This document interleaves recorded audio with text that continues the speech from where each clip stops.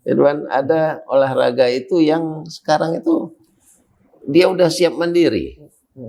Jadi potensi industri olahraganya bisa dia gerakkan.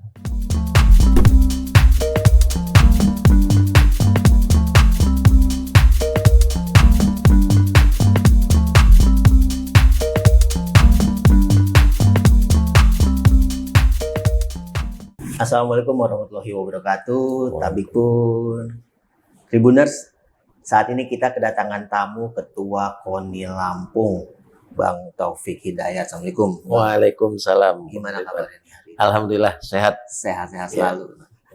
Mungkin kita akan berbincang nih, Bang Taufik ini sebenarnya orang lama di olahraga dan sekarang menjadi Ketua KONI Lampung. Baru dilantik di Agustus 13 Agustus yang lalu. Sekitar 1 bulan lebih gitu. Ya. Sebagai orang yang lama di olahraga, bagaimana sih kita melihat dunia olahraga di Lampung ini? Ya, makasih Bung Ridwan. Jadi sebenarnya kalau bicara tentang olahraga Lampung, ini Lampung juga sudah punya riwayat atau sejarah prestasi olahraga yang luar biasa. Beberapa diantaranya misalnya angkat besi, ya, kemudian juga bahkan sepak bola beberapa waktu yang lalu kan, itu juga menjuarai, kemudian yang lain-lainnya, dan juga banyak atlet-atlet muda kita yang sudah berprestasi sebenarnya di internasional. Nah, melihat ini memang masih cukup banyak persoalan sebenarnya yang harus kita benahi untuk olahraga di Provinsi Lampung, terutama kalau kita lihat dari ketersediaan sarana prasarana. Begitu senjangnya antara satu kabupaten dengan kabupaten yang lain, dengan ibu kota provinsi misalnya. Jadi disparitas inilah yang jadi masalah, sehingga ada pelambatan di dalam pembinaan ini. Ya. Saat ini Bang Taufik sudah didaulat sebagai Ketua KONI. Apa sih target ke depan membangun olahraga di Lampung? Ya, tentunya ini satu tantangan. Kita sudah mencoba melihat dari sisi kekuatan kita, kita lihat dari kelemahan kita, kita lihat dari peluang dan tantangan ke depan gitu ya. Itu memang ya kondisinya memang cukup unik gitu untuk Lampung. Nah, karena itu kami mencoba menyusun visi gitu. Visinya itu bagaimana KONI ini bisa menjadi satu lembaga pembina pembina olahraga yang kredibel dengan mengedepankan kolaborasi. Ya, untuk upaya dalam meningkatkan prestasi olahraganya. Nah, karena itu kami mengangkat tagline ini, Bung Ridwan, yaitu sinergi untuk prestasi. Sinergi untuk prestasi. Ya, nah itu mengandung arti bahwa untuk membangun prestasi itu kita perlu bersinergi dari semua komponen yang di dalamnya sudah punya potensi yang cukup cukup menggembirakan gitu, cukup punya peluang untuk jadi bisa. Sebenarnya ada lembaga-lembaga yang di dalamnya ada atlet-atlet yang bisa punya peluang berprestasi. Iya. Ya, jadi kami melihatnya ini dari perspektif bukan saja dari olahraga prestasi semata, tapi bagaimana dia tergabung dengan komponen yang lainnya, gitu ya. Karena di dalam desain besar kita ini kan ada 4 komponen setidaknya, yaitu olahraga pendidikan, olahraga masyarakat, kemudian olahraga prestasi, dan industri olahraga. Termasuk di dalamnya adalah sport tourism, misalnya. Kemudian nanti ke semua ini dikemas, dan situlah diantaranya peran media nanti untuk bisa mengangkat itu. Bicara sinergi untuk prestasi, sejauh ini KONI sudah melakukan sinergi dengan siapa saja nih? Oh iya. Ini dalam bulan kedua kami bersama di pengurusan KONI 2025-2009, kami sudah mulai menggagas kerjasama dengan Universitas Lampung. Universitas Lampung dan ITERA dan ITERA. yang kemarin ditandatangani ketika rapat kerja provinsi. Nah, isinya apa tuh? Kalau boleh tahu? begini. Di dalam perguruan tinggi 2 yang cukup besar populasi student body yang ada di dalamnya ini, Oke. potensinya cukup besar. Oke. Yang sudah selayaknya kita angkat bersama. Pertama, di sana itu ada mahasiswa. Mahasiswa ini juga sebagian adalah atlet, Oke. ya. Bahkan ada jurusan untuk keolahragaan di sana. Olahraga. Yang kedua di sana itu ada sarana olahraga, Oke. ya. Di Unila maupun di ITERA. Unila ada kolam renang yang cukup bagus. Kemudian ada untuk atletiknya. Kemudian di ITERA ada embungnya untuk dayung, ada untuk berkudanya, ada softball dan macam-macam yang masih bisa dikembangkan. Nah, itu dalam hal sharing facility, sarana prasarana ini suatu potensi juga. Nah, hanya sayangnya itu kan baru dimanfaatkan oleh internal saja. Oke. Nah, bagaimana cabur ini bisa masuk ke sana, ikut membina mahasiswanya. Nah, inilah yang akan kita coba sinergikan. Ini berarti salah satu jalan pintas untuk mengatasi persoalan fasilitas. Fasilitas. Nah, kemudian yang berikutnya nggak kalah pentingnya, di sana itu akademisinya, orang-orang ahli olahraganya banyak. Oke. Nah, kita harapkan mereka bisa memberikan pemikiran bagaimana meningkatkan prestasi olahraga. Bukan hanya prestasinya saja, olahraga yang 4 komponen ini tadi, termasuk industri olahraganya, bisa bagaimana hasil riset mereka. Bahkan kita juga memberikan kesempatan kalau mereka ingin meriset dari prestasi yang kita dapat, cabang-cabang olahraga kita, itulah yang kita diantaranya kita mulai. Jadi kita bisa dapat paket lengkap nih dengan betul. saluran pendidikan ya. Baru kita mulai dengan 2 perguruan tinggi itu, kita harapkan juga nanti dengan perguruan tinggi yang lain akan juga kita. Bukankah yang lain juga banyak potensinya? Ada yang punya stadion indoor yang cukup bagus, misalnya seperti UIN, kemudian universitas yang lainnya itu juga cukup potensi untuk kita angkat. Dan kita harapkan juga teman-teman KONI kabupaten juga bisa begitu. Gitu. Jadi secara keseluruhan kalau ada kampus di kabupaten tertentu itu bisa jalan kerjasama, saling memanfaatkan gitu. Dan kita juga bisa menyaring bibit-bibit unggulan dari kampus. Dan kampus juga ternyata mereka juga butuh atlet-atlet yang berprestasi. Nah, kenapa tidak kita saling sinergi gitu. Nah, terkait tadi PR dan target ke depan ini sudah banyak sinergi selain perguruan tinggi. Rencananya apa ada kerjasama lain dengan organisasi? Ada, Bung Ridwan. Kami sudah juga berdiskusi dengan Komandan Brigif misalnya. Komandan Brigif itu kan pasukannya itu kan tiap hari olahraga, bergerak terus. Dan mereka juga ada yang menggeluti olahraga-olahraga tertentu. Kenapa tidak kita saling mengisi gitu. Nah, ini juga sudah kita, walaupun belum dapat MOU, kita juga sudah berinteraksi dengan mereka gitu. Bang Taufik, bicara prestasi tadi disebutkan angkat besi kita sudah bisa go internasional, beberapa cabur lain. Untuk pembinaan sendiri terhadap cabur-cabur yang ada di Lampung, rencana KONI sendiri akan seperti apa? Oh ya, nah jadi dari 62 kemarin ditambah 64 cabang olahraga prestasi yang ada di Lampung ini punya karakteristik yang berbeda-beda tentunya ya. Ada yang memang sudah siap untuk mengembangkan baik dengan bantuan maupun mandiri. Ada yang masih tertatih-tatih gitu ya. Ada yang memang sudah lama berprestasi.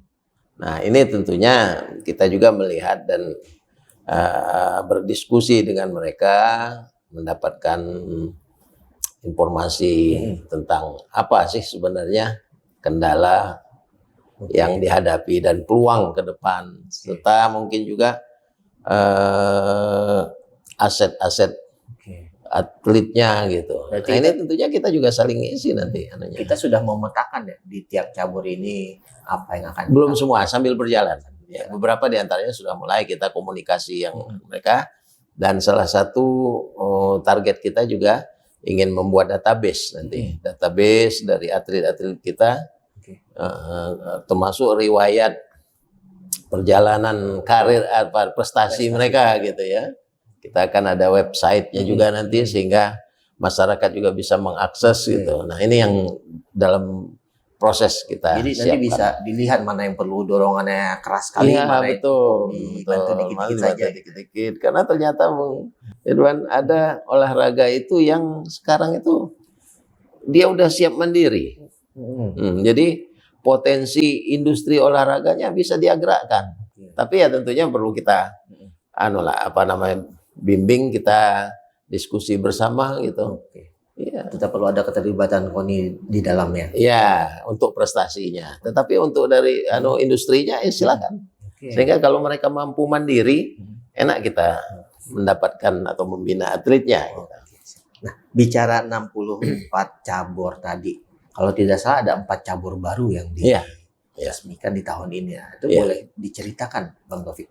Ya, jadi kita juga mengikuti tentunya cabang-cabang olahraga yang sudah terdaftar di pusat, kemudian juga itu tentunya jadi syaratnya mereka juga sudah terdaftar di KONI pusat. Nah kemarin 4 cabang kita terima sebagai anggota baru kita untuk di Lampung. Dengan demikian sudah cukup banyak nih cabang olahraga kita, 62 atau 66 gitu. Nah dan 4 ini adalah sepak bola mini, ya, kemudian sapate ini olahraga bela diri dari Prancis, kemudian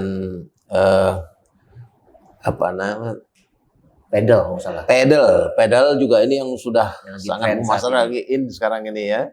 Kemudian ada modern pentathlon, ini olahraganya orang super ini. 5 cabang olahraga digabung jadi satu rangkaian. Ini butuh atlet yang punya yang spesial itu. Khusus, ya, kemampuan fisik yang luar biasa. Nah, mereka tentunya akan ada proses sosialisasi, kemudian juga mungkin ada tahapan-tahapan mereka harus melakukan kejuaraan-kejuaraan daerah gitu. Nanti setelah itu kita akan membantu mereka untuk mensosialisasikan. Karena di antaranya ini kan yang udah cukup in sekarang ini kan sepak bola mini, kemudian pedal.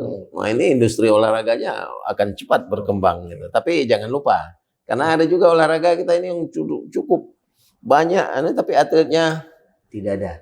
Atau bukan tidak ada, belum terorganisasikan dengan baik. Nah ini kita harapkan ke teman-teman dari biliar misalnya, itu yang rumah biliar udah di mana-mana, tapi tolong atletnya juga bisa terbina dengan baik sehingga kita punya prestasi yang lebih baik ke depan.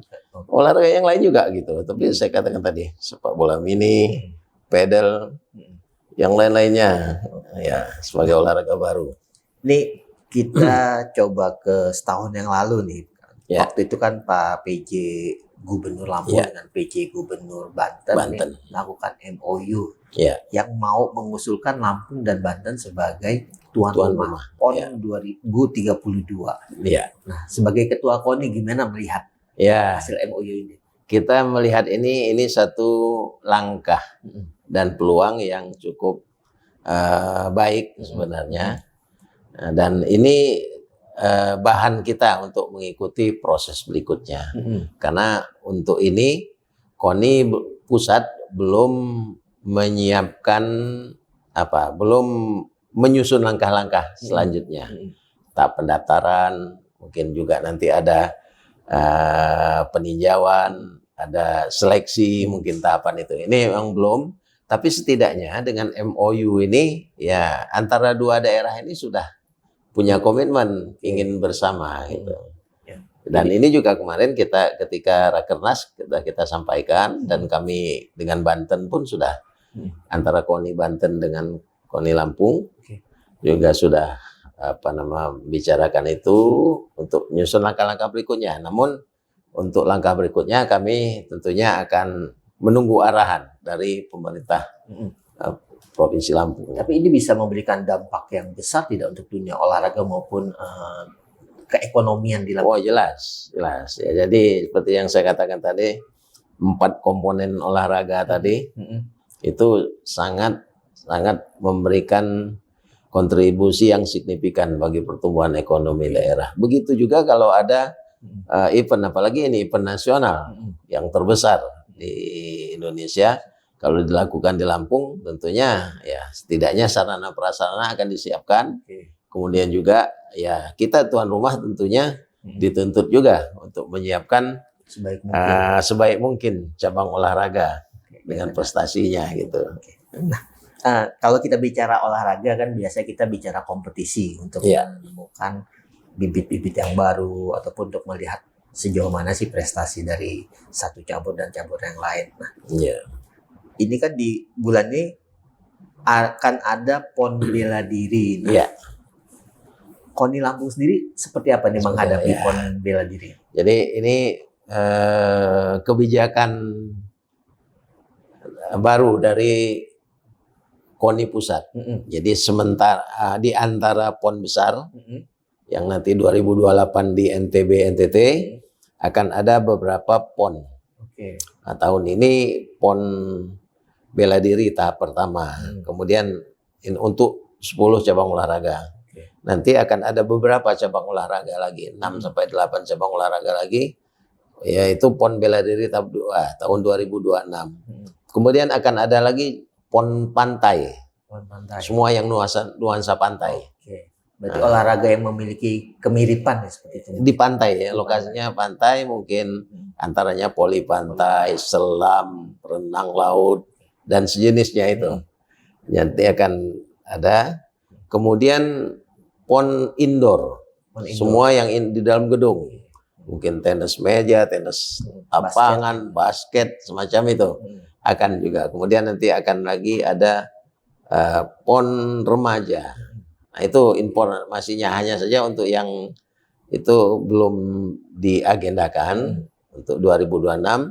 Yang 2025 ini nanti dari tanggal 11 Oktober sampai dengan tanggal 26 Oktober akan dilangsungkan di Kudus, Jawa Tengah. Ya, untuk 10 cabang olahraga. Bela diri. Ya. Dari kontingen kita sendiri? Kita Lampung mengikuti 10. Semua cabang olahraga. 9 dari 10. Karena ada satu yang kita tidak punya kepengurusannya, yaitu Jiu-Jitsu. Ya, itu antara judo, sambo, karate, taekwondo, wushu, kemudian silat, sehingga 9 cabang olahraga, gulat diantaranya juga ada di situ. Dan untuk ini kita sudah menyiapkan melalui proses seleksi dan sudah siap 80 orang atlet. Target kita apa nih untuk PON bela diri? Kita sudah punya beberapa atlet dari beberapa cabang, judo, kemudian juga di silat yang udah berbicara di tingkat nasional. Kita harapkan mereka juga bisa bertahan, tapi yang lain juga kita harapkan juga bisa memperoleh medali yang terbaik lah bagi mereka. Baik, Bang Taufik, ini cukup menarik sekali kita berbicara olahraga. Ini pertanyaan terakhir sebagai ketua KONI baru yang masih akan ada 4 tahun ke depan. Bagaimana harapan untuk cabur-cabur kita di Lampung, lalu apa sih target kita untuk menjadikan Lampung di bidang olahraga khususnya dalam 4 tahun ke depan? Ya, kita berharap sebenarnya seluruh cabang olahraga itu bisa bergerak bersama, membangun cabang-cabang olahraganya, kemudian menyiapkan atletnya sejak usia dini, karena itu tadi tidak terlepas dari olahraga pendidikan. Mereka bisa regenerasi. Menyiapkan regenerasi. Kalau yang senior mungkin ada batas usia mereka berkarir, tapi harus diantisipasi dengan menyiapkan atlet-atlet muda supaya tidak putus. Itu harapan kita. Nah, untuk itu tentunya perlu kepengurusan yang juga mumpuni lah, yang siap dengan segala macam persoalan dalam kita membangun atlet ini. Peran pengurus cabur ini sangat penting sekali. Betul. Nah, menyiapkan atlet-atlet kita. Ya, dan kami KONI nanti tentunya membuka dialog, kesempatan dengan mereka untuk kita sama-sama menginventarisir permasalahan dan mencoba mencarikan solusi yang mungkin bisa kita lakukan. Ya. Terima kasih banyak nih Bang Taufik atas waktunya. Semoga ke depan tentu di kepemimpinan Bang Taufik, KONI Lampung bisa semakin maju dan seluruh olahraga di Lampung bisa mencapai prestasi yang tinggi. Baik Tribuners, demikian bincang-bincang kita bersama Ketua KONI Lampung, Bang Taufik Hidayat. Sampai jumpa lagi dalam podcast Tribun Lampung berikutnya. Assalamualaikum warahmatullahi wabarakatuh. Waalaikumsalam.